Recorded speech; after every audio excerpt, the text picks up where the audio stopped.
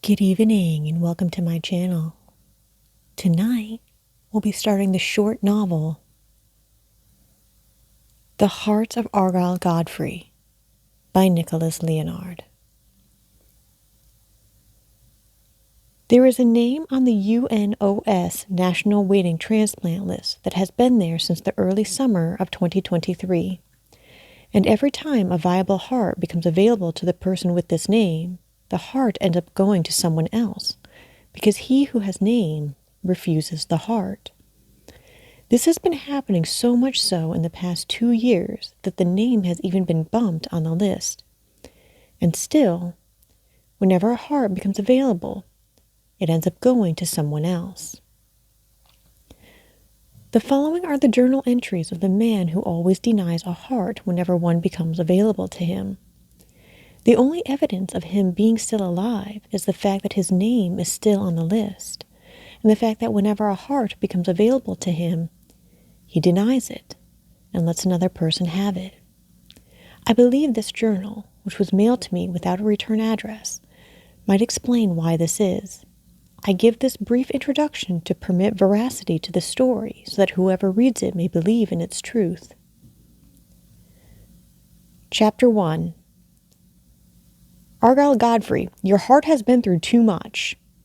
Dr. Lillian Cibola told me on my annual physical in June 2022 at the doctor's office in Lynnfield, Massachusetts.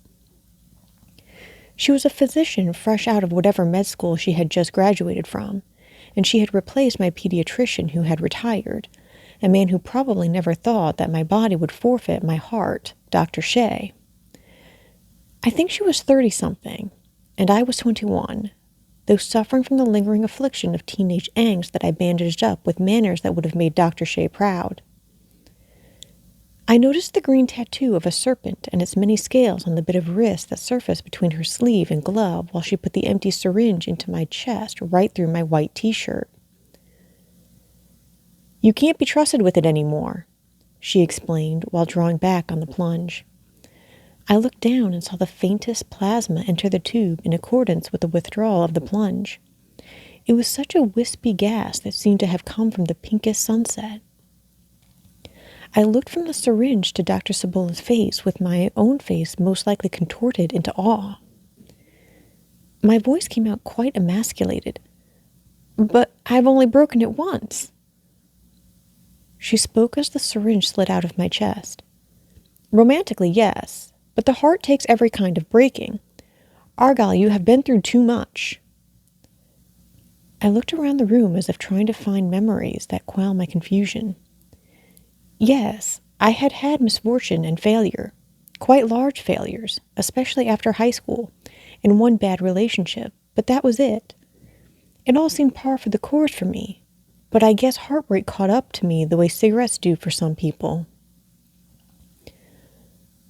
One more heartbreak, and I'm afraid your heart would just shatter, but affect the characteristics of your conscience and soul.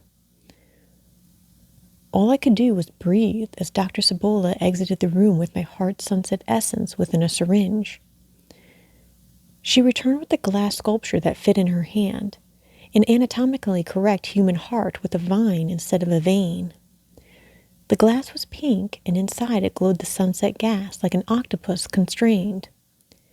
Here, she handed it to me with 2 hands.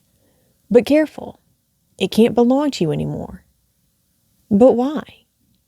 In case you break it any further, she said. You have to give this to someone who will take care of it. It has had so much burden that now it needs to be in the custody of somebody else. And so I held the thing that didn't beat, a lover's decoration on a shelf. I smoothed my finger on the vitric vine, the stem of some melted flower where my aorta was actually meant to be. Who? I croaked. A woman who wants it. She will take care of it and not let anything happen to it. The safest place for your heart is inside this glass sculpture.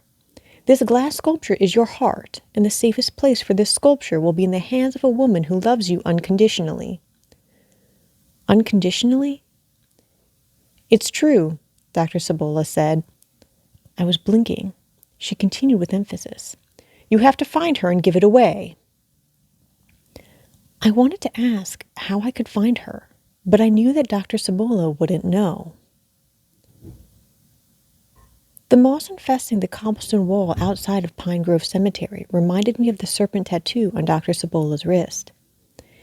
It is an 8-foot wall that stretches around the cemetery home to 100,000 dead, and legend has it that it's the second longest wall next to the Great Wall of China, though that might be an old Massachusetts wives' tale. I scaled a large area of the cemetery's perimeter while carrying my heart home.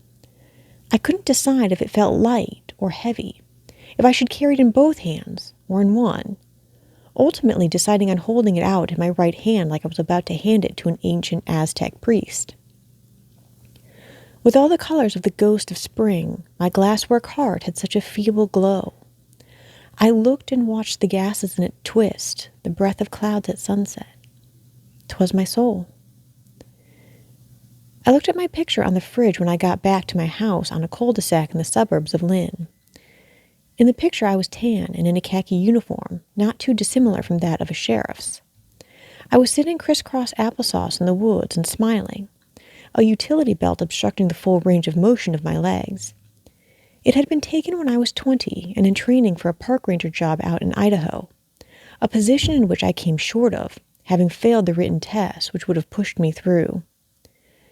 The picture was taken 2 weeks before that test, and I was happy. I had always thought I looked handsome in this picture. I was rugged, and my arms were wrapped up with veins from the work that the training entailed. That young man in the photograph seemed so far away now. And now I was holding my glass heart while staring at him holding his heart.